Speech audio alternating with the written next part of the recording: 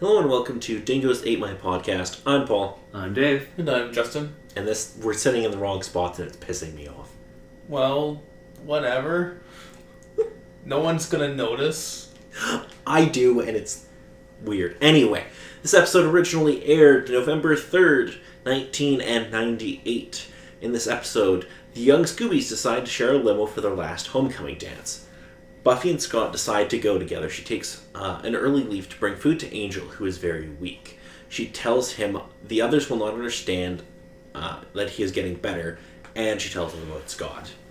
Scott breaks up with Buffy the next day because he finds her distracted all the time now. As she watches him walk away, we find two men monitoring her from a van. They are connected via modem to Mr. Trick and some other dude, who have video monitors set up. Although I don't think you could actually connect via modem like that in 1998, but that's beside the point. Deputy Mayor Alan Finch enters the mayor's office. He reports two German brothers who are major criminals arriving in Sunnydale. The mayor gently chides him for not cleaning his hands enough. Finch looks scared. At school, the gang sends Cordelia to tell Buffy to take her yearbook photos. Buffy is training with Faith, who expresses her views on guys, which are pretty funny. Cordelia is distracted at the library door by two guys whose votes she wants. She leaves without giving Buffy the message. Buffy needs a recommendation from the class she needs her recommendation letter from a teacher, and she decides to approach the teacher who taught her favorite class, but is crushed when the teacher does not remember her. At her old school, she was a prom princess, fiesta queen, and on the cheerleading squad, and the yearbook was like a story of her life. The day after the last chance to get her picture taken, Buffy finds out and confronts Cordy, who couldn't care less. An enraged Buffy decides to run against Cordelia for homecoming queen. Meanwhile, Trick and a group of fellow evildoers are discussing a competition they have put money on, Slayer Fest in '98. Xander and Willow try on their homecoming clothes in her room. They cannot help admiring each other's elegance, and they kiss. The next day, Buffy is analyzing the competition with Oz, Xander, and Willow in the library. They look very uncomfortable. It turns out that Xander is helping Cordelia as a boyfriend. Willow is constructing a database for Cordelia, and Oz is going along with Willow as always. As Willow goes, so does my nation. As the evildoers are honing their skills for the upcoming hunt, the competition at Sunnydale High is heating up as well. Ethics give way to bribery, and Buffy gets 15 minutes on the database after all. She sent Willow on a guilt trip. Xander and Willow cannot help feeling guilty about what they feel. They are also helping Cordelia out of guilt. When the limo arrives at Buffy's house, she gets a note from her friends who want her and Cordelia to make up on the expensive ride. They do not get far. The driver runs away after stopping in the woods. A tape addresses them as Buffy and Faith and informs them of Slayer Fest 98. Despite Cordelia's desperate attempts at getting someone to recognize that she is not Faith, she and Buffy are both targeted by a diverse group of Slayer Fest competitors. The German brothers, Lyle Gorch, and his new wife Candy, and some other demon. Xander and Willow are moping on the dance floor. Even Giles' humor fails to cheer them up. Faith is livelier. She embraces Scott in front of his date. Meanwhile, Buffy catches one of her pursuers and forces details out of him. Cordelia tells Buffy she loves Xander. Buffy tells her she spent a year's allowance on this dress in an attempt to achieve one ideal moment in high school. For a moment, the two understand each other. Trick is dragged away from his den by two policemen.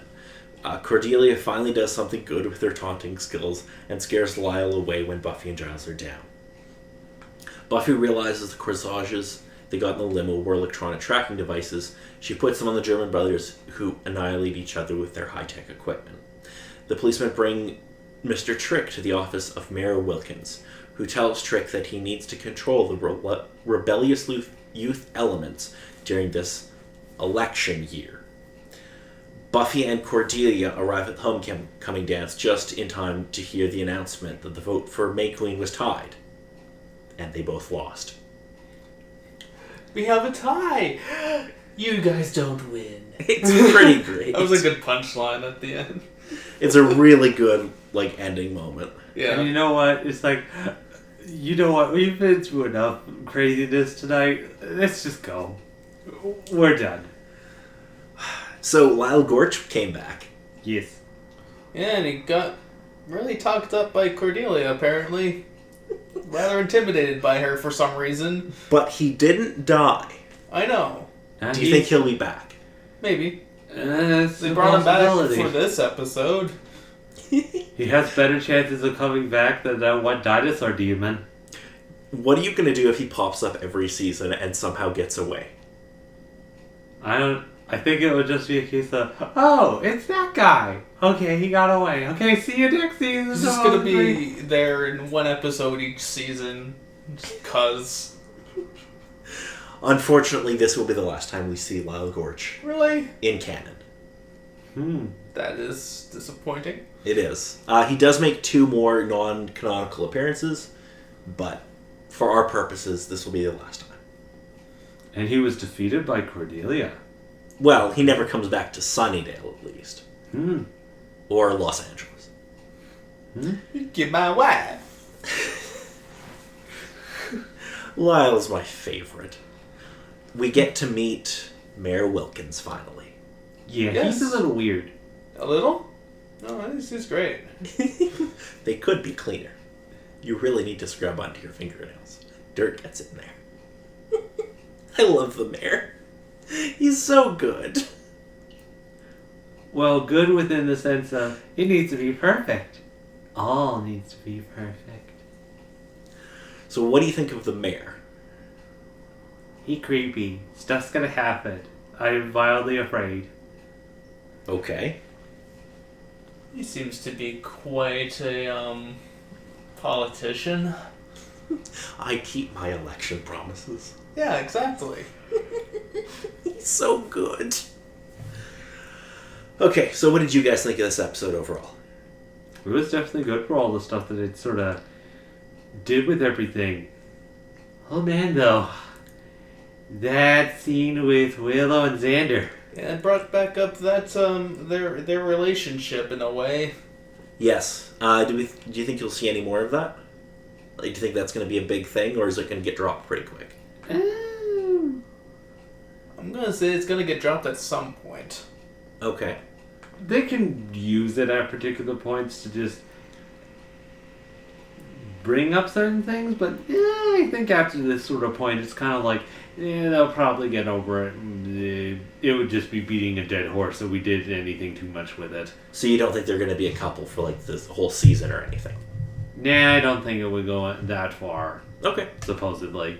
So, let's move on to international titles, because there's some pretty good ones here. So, in French, it's rather disappointing, because they don't even get it right. In French, it's just the end of the year dance. But it's not. Yep, I know. But it's not. In German, this is much better. The agony of choice. And in Portuguese, back to classes. Yeah. None of them are terribly great. Yeah, no. With this sort of premise, it isn't too surprising, though. It was definitely interesting with Trick making it a whole big festival sort of thing. Just like, okay, we get a whole bunch of people together, you guys go kill the Slayer. Mr. Trick is a great villain. Because he's just such a scamp. Like, he's not, like, he's evil, but he's fun evil. Mm-hmm. Like, he's not scary, but he's funny. I think the only one scary thing was the couple episodes back with the eyes after getting a meal from the drive-thru. But after that point, it's Yeah, just but kind that of was funny, too. Yeah. Like, we know he's a vampire, so we're, like, he's technically a threat, but he's just so damn funny. He dresses nice. The suit makes the man. Yeah, pretty much. Anyway, let's move on to music, because there's actually quite a bit in this episode. Mm. So, other than original score, first up is Lori Carson with the song Fell Into Loneliness, which plays at the Bronze while they're talking about renting a limo. And then Pinehurst Kids with a song called Jodie Foster, which plays as the group gets their pictures taken for the yearbook. Ah, yes. Lisa Loeb with the song How, which plays when Xander and Willow kiss. The band Fastball has a song called Fire Escape, which plays during Buffy and Cordelia's campaign for Homecoming Queen. And finally, 4-Star Mary, She Knows, which is the song that Dingoes play at the dance. So, what do you guys have anything to add to this? Like, what did you think overall? There needs to be a Slayer Fest 99 and 2000. Even though I know there probably won't be. I hate to break it to you, Justin, but I don't think there's any more Slayer Fests. Damn, there should be. Sadness. At least I don't remember any others. Also, additional sadness. How long is it until somebody finally went to the old man and sort of said, yeah, the Slayers are still alive, but you didn't win anything? I won! I got the Slayers! Okay, so this episode was definitely more, in a lot of ways, more comedic. Yeah. It wasn't terribly serious. Well, not serious in any regards, but I mean, there was something a little bit more serious going on between Willow and Xander, it's seemingly. Yeah, but for a few moments, but it's not like it's devastating. No. Yeah, it had a jumping out the window sequence and a parody of a jumping out the window sequence where the demon tried to went into the window that had the boards up and then went back into the room and got exploded by the bomb. Yeah, he landed like right next to the grenade. It's like, well, shoot. Not really a grenade, but It's so good. So they are going to do more comedy episodes in the near future. That one would be too surprising. And they're going to be good. like the next episode. Yes, well, we'll get to the next episode in a minute. Yeah. Do you guys have any questions for me? Are we going to see any more demons like that other demon that we saw in this episode? What, the one with the blades coming out of his The arm? dinosaur-looking dude? Yeah. I don't know if we'll see any of that exact demon, but we'll see ones with similar, like, makeup styles. No, okay. Anything else from either of you? Nah, I think we would. No? No, not really. Alrighty, so our next episode, as Justin alluded to, will be Band Candy. Sunnydale High students are coerced into selling candy bars to raise money for the school band. And they inadvertently cause every adult in the city to behave like reckless teenagers. And it's good. Serious episode. Very serious. Yeah. Very important mythology episode. Mm-hmm. I think I may have watched the wrong episode because I didn't catch that at all. It's going to be good. 10 on 10. I'm calling it right now. Anyway, I think that's going to be it for this week. I'm Paul. I'm Dave. And I'm Justin.